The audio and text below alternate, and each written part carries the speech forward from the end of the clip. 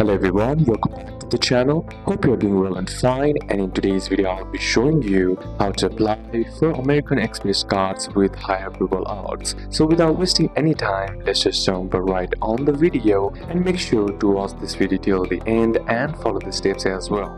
In order to apply for Amex cards with high approval odds, first what you need to do is check your eligibility. Before applying, make sure you are 18 years or older, have a US or local Amex eligible bank account, have good or fair credit history. If your credit is new or fair, choose starter card like Amex Everyday Credit Card. The next step is to choose a card with higher approval odds. For higher approval chances, consider Amex Everyday Credit Card or Blue Cash Everyday Card or Amex Green Card. So to do it, simply head over and open up a browser, then on the search bar type in Amex Blue Cash Everyday. Then once you're inside or the search result loads, under American Express link you'll find Blue Cash Everyday Card. Simply tap on that, and then once you're inside there, what you need to do is simply tap on apply now right here. Then once you are applied, all you gotta do now is scroll down and fill up the information like first name, middle name, which is optional, and last name, then name on your card